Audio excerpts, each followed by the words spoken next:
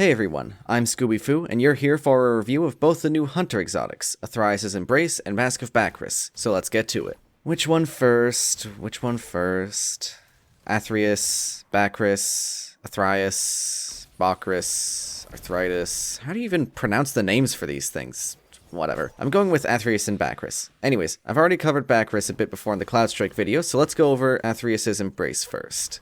Athrys' Embrace is an exotic in the Arms slot, acquired from Master or Legend Lost sectors on days where they offer exotics in, well, the Arms slot. This exotic is all about Bottom Tree Gunslinger, so the perk gives your weighted knife a second bounce. 3 or more rapid precision hits with weapons grants your weighted knife a 300% damage increase in PvE, and a 200% damage increase in PvP. While you have the buff, your knife can also stagger unstoppable enemies. Now, before I go any further, I'd be remiss if I didn't mention the video that Cool Guy did about this exotic. I've got a card in the top right for it, it's also linked in the description. I'd heavily suggest watching his video after you're done watching this one if you want a PvP look at Athrys'. Honestly, I probably wouldn't have given this exotic the time of day if I hadn't watched his video.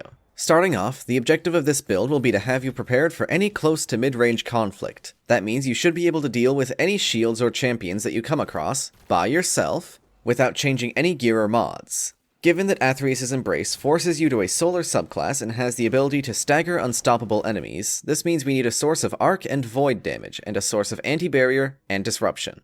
To that end, I'm using an anti-barrier kinetic in Season 12, that means a pulse rifle, an energy arc shotgun so that I have 1-2 punch, more on that soon, and tractor cannon in my heavy slot as a source of void damage and a source of weaken. If you run this build and find ad clear to be more of an issue than champion or boss damage, feel free to switch out tractor cannon for another weapon to help with that. For stats, focus on mobility, recovery, and strength in that order. For armor mods, I'm using shotgun mods where applicable, finders, reserves, double scavengers, Powerful Friends, and Radiant Light for the 20 mobility and strength they provide, and Impact Induction on my arms to aid in grenade uptime. In my cloak, I've got Momentum Siphon to get my weighted knife back when I stagger an unstoppable enemy, and Thermal Overload to give my grenades disruption.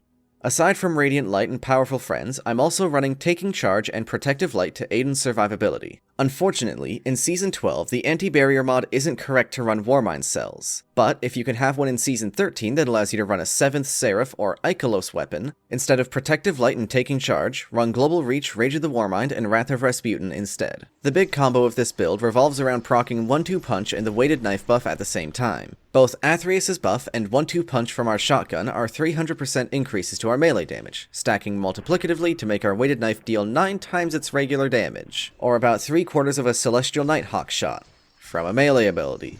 Nighthawk requires your super. Hi, future editing unscripted Scoob here. I was grabbing some footage for comparison between the knife and Nighthawk, and I noticed, as you can see here, that I went to Bunker E15, Concealed Void, Ceaseless Void, was not available as a lost sector, as a Legend Lost sector. So I went to Bunker E15, tested the knife and the Nighthawk, since there was a solar burn in Ceaseless Void, there isn't one in Bunker E15.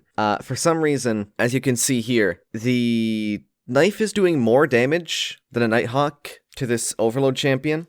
Only a 4 light difference between the two, that's not the issue. I don't know why. If you go to the Conflux on Nessus and test on Carl there, the Nighthawk will do more damage than the knife. I don't know why. It's kind of a weird thing, but there you go. I don't really know what's up with that and why it's happening. Anyways, back to past scripted Scoob. It's very feasible to get this off as well. All you need is 3 rapid precision hits to activate Athrys'. Then you have 10 seconds to switch to your shotgun and activate 1-2 punch. You can also use Tractor Cannon in the combo if you need the additional overkill. You've been seeing me solo a Legend Ceaseless Void Lost sector this whole time, but if you want to see it on its own, there's a card at the top right and a link in the description that'll take you to a standalone video for the clear. Final notes for this build. Your primary and heavy weapon can vary as you please, but make sure you always have a shotgun with 1-2 punch equipped. Momentum Siphon and Thermal Overload probably won't be available in future seasons, so if you're watching this and those aren't in the current artifact, you'll just have to make do with what you can get. Lastly, I don't want to give you a false impression of this build being the perfect champion slayer. You will whiff your knife, you will forget to proc Athrys', you will have that one singular pellet from your shotgun miss the 1-2 punch proc, and you will have an ad flinch or kill you as you're trying to set up. It's not a perfect build, but to me, nothing, and I mean nothing, beats hitting the throwing knife and seeing that 6-digit number fly off a dead enemy. Well, that's enough on Athrys. On to Mask of Bakris. Mask of Bakris is an exotic helmet also acquired through Legend and Master Lost sectors, on days where they offer exotic helmets, obviously. The exotic perk is Light Shift, replacing your stasis dodge with a longer, faster shift that partially cloaks you during use.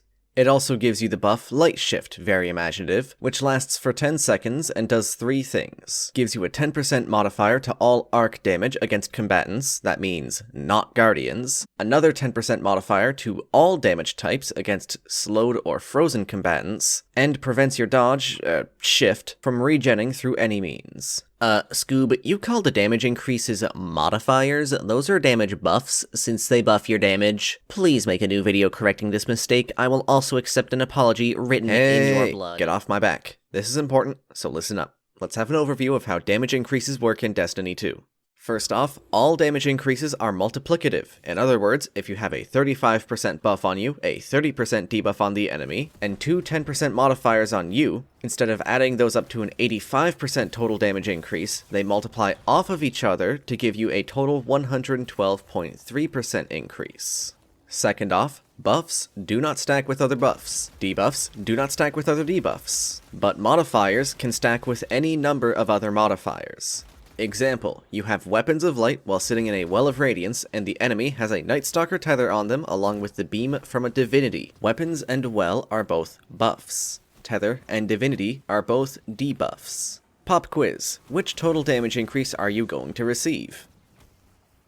Clock's ticking.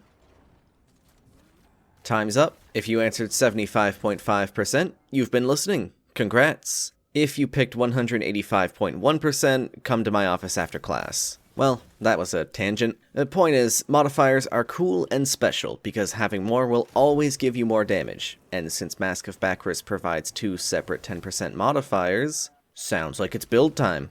Alright, so, the objective for this build is to use the 2 10% modifiers from Light Shift, remember, modifiers stack, along with a 25% buff from Whisper of Hedrons to give ourselves a total 51.2% damage increase for bosses, while keeping our ad clear clean through the use of Warmind cells. We'll be using stasis, since we have to, for the exotic and thus build to work.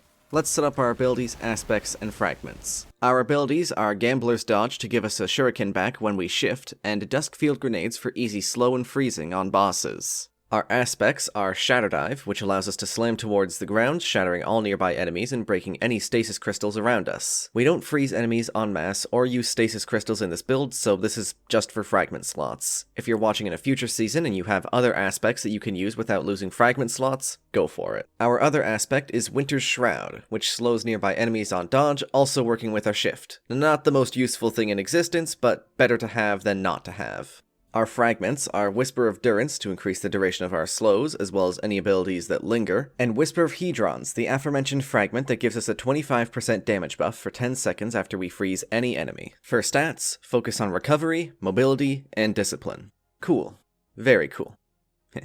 Let's get on to our weapons and armor. Weapons are somewhat flexible for this build. I'll give some alternate loadouts later. Our kinetic will be the 7th Seraph Officer Revolver or Carbine. Both come from the Whirlpool, so I'd suggest going to Banshee 44 in the tower if you need them. Our energy weapon will be Cloud Strike, an exotic sniper with a souped-up dragonfly and the ability to summon a storm grenade-like effect over an enemy every 3 precision hits. It's also got a thing going on with Divinity. More on that later. Our power weapon is the 7th Seraph Saw, also dropped from the Whirlpool. Again, go to Banshee if you need a drop of it. More on why we're using specifically Seraph weapons soon, but spoiler alert, it's Warmind cells. It's always Warmind cells. On to armor mods. Use sniper mods where applicable, double finders, a single reserves, not worth running 2 with Cloud Strike, and double scavengers. Switch these out to apply to whatever boss DPS weapon you're using, if you opt to not use Cloud Strike. In your cloak, put Bomber and Distribution to gain roughly a 1/5 of your grenade when you shift. Fastball is nice.